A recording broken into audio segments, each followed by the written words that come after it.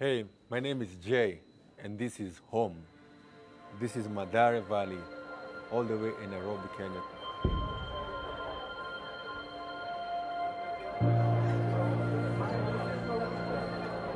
This is where I was born.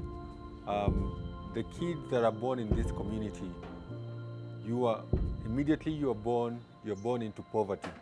You're born into cycle of poverty that you came to a family that didn't have anything. My case was not different. Mi naitwa Consolata Mumbi na ama Mama Nina, Mama David. Mi nimezaliwa Mathare, nimelelewa Mathare na nikapata tasemaje rafiki mwanaume, nikazaa na yeye watoto wawili na from there nikaachwa peke yangu.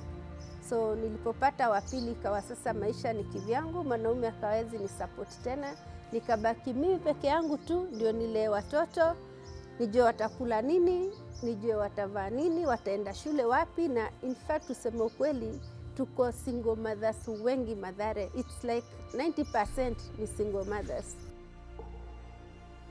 Growing up in Mathare has never been easy, and I don't think it will ever be easy, not unless we, especially people from the slums or from Mathare, can choose to work with the people in there. The picture that comes into mind when I think of my growing up is like a person walking in darkness. You're groping in darkness with no any ray of light to help you see or maybe see your next step.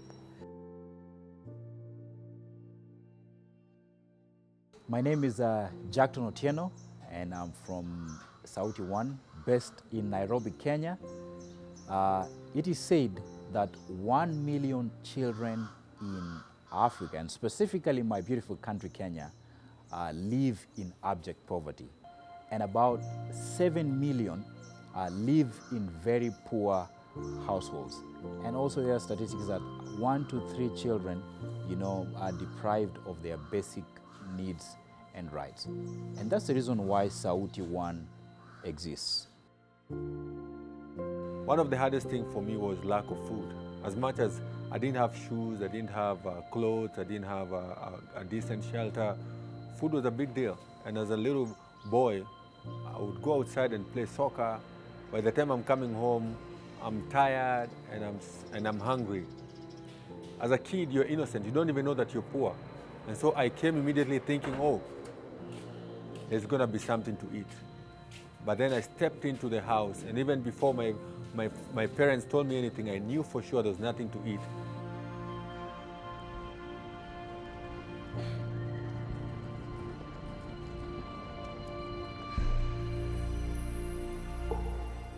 Cha kwanza kuna kama ni security ya watoto. Kuna waizi usiku, wakikuja ni wewe bado, na au kuja wameingia na mlango. Wewe ndio baba, wewe ndio bouncer, ndio everything. Ikifika ni chakula ni ngumu, kuhustle si mchezo. Inakuanga aidha ukafue manguo, fulie watu, ulipwe, ama utokezee uende tao kwa mabaa kutafuta pesa kwa wanaume, ama chochote, ama uze chang'aa. Kama hii chang'aa inakuanga na do sana, na pia si mchezo juu utang'ang'ana na makarau. So unapata mara nyingi uko ile style ya watoto watakula nini, utalipa fees na nini, so unanga time ya kukaa pale kuongea na watoto wako. So unapata aidha katika hiyo harakati ya kwenda kutafutia hawa wawili uko nao, unapata umepata 3, 4, 5, kila mtoto na babake. Manake ulikuwa unatafutia hawa, mwingine akaingia juu. Pia inakuwa hali ya maisha ikuruhusu ile mambo ya nataka watoto tu wawili juu niko maskini.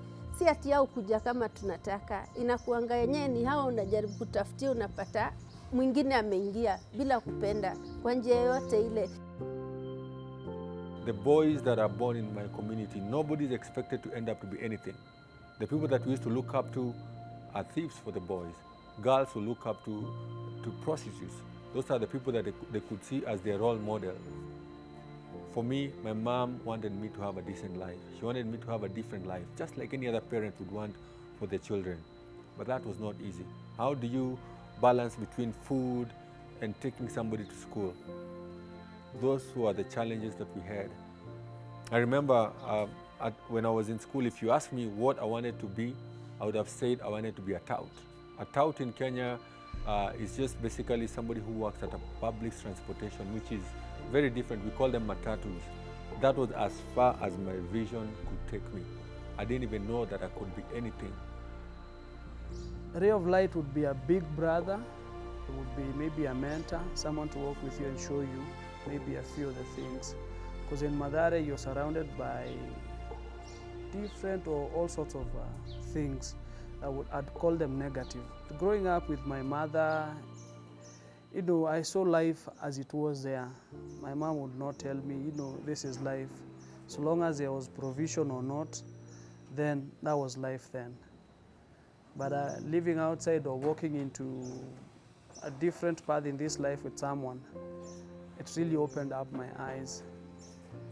And it left me thinking, if I gave back to the community, if I worked with someone, then it would be very easy for someone to see life from a different angle. Mi kama kwangu nikiongelea pangu mwenyewe, vile nimehustle, nimepitia mingi sana, kuuza cham, kwenda tao kutafuta hiyo do kwa wanaume, kukimbizana hoka tao, zote unapata katika ile kujisaidia. So ilifika mahali nikapata ka job nje.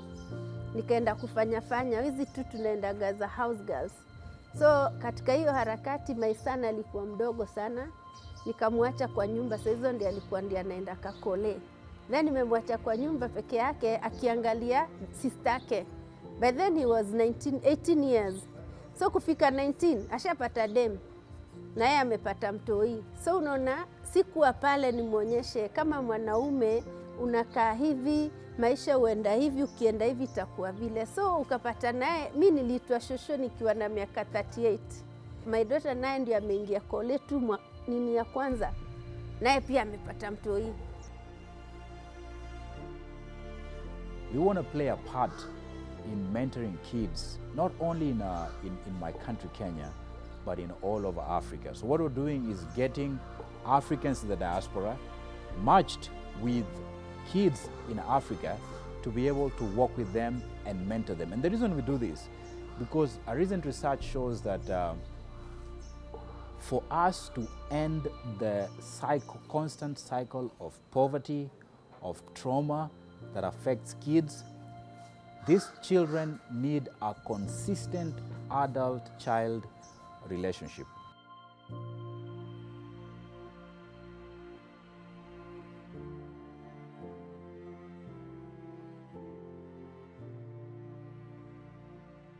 Mimi naweza furahia sana hii mambo nasikia mkiongea watu wa kumenta watoto. Naweza omba sana kama inawezekana haki tupate tu watatushikia watoto wetu mkono. Mtu atakuwa anamuongelesha akiwa pale anamwambia nilipitia hii ama sikupitia, but you can do better. Si lazima upitie yale wazazi wako wamepitia ndio ukae vizuri. Kama tunaweza pata watu watatake that part ya mimi kama mzazi nina hustle vile watakula na kusoma, pawe pana mtu wa kuongeleshanga pale kuambia kama unataka kuwa daktari. Kama my daughter alikuwa anataka kuwa daktari sana, unaona pangekuwa na mtu anamwambia ukitaka kuwa daktari fuata njia. Mtu ambaye ako pale juu angemsikiza juu sikuwa na hiyo time, na labda sasa angekuwa daktari.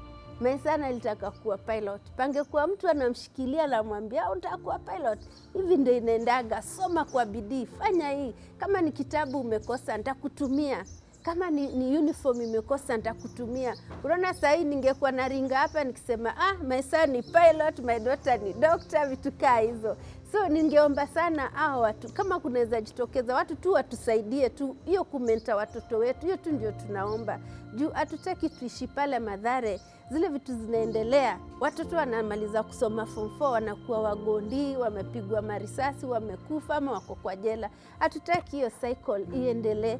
Kama tunaweza pata watu watuokolea hao watoto wajue kweli maisha yanaweza badilika. Tu change Mathare. Mathare ina watu wazuri, ina watu wana akili mzuri, wanaweza soma wakakuwa people in the community ambao watakuwa wakiangaliwa juu. Kama mnaweza tusaidia at least watoto wetu wa change hii cycle ya poverty, itakuwa kitu ya maana.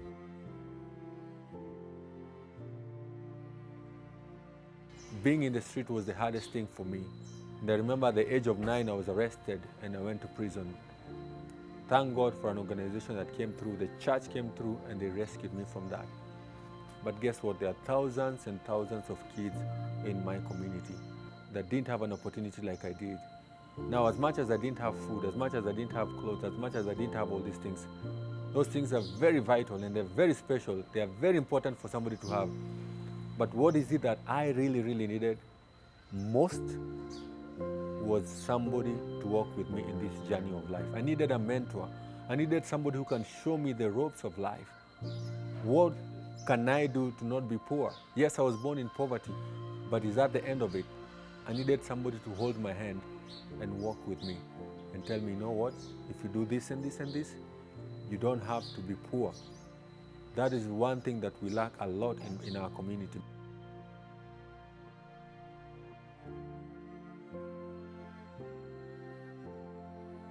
We are very keen in alleviating poverty, and according to the United Nations Sustainable Development Goals, one of the most important things is to ensure that we end poverty.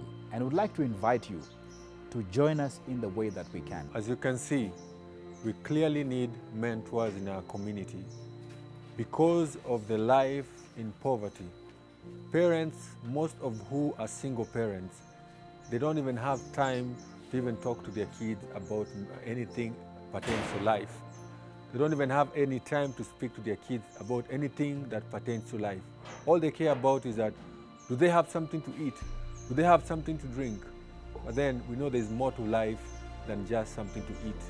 And so that's where mentorship comes in. So I'm calling upon you, if you're listening to me, if you're watching this, I'm calling upon you to come and partner with us as we bring up mentors who, most of which we are calling Africans, because they know the streets, they know the language, they know these kids. We come together and bring this mentorship program into our communities, into the African communities, and we hold hand of these children and show them the way, which is a godly way and the way of life. Because by doing so, we're going to help these kids in the journey of life. Thank you so much, and God bless you.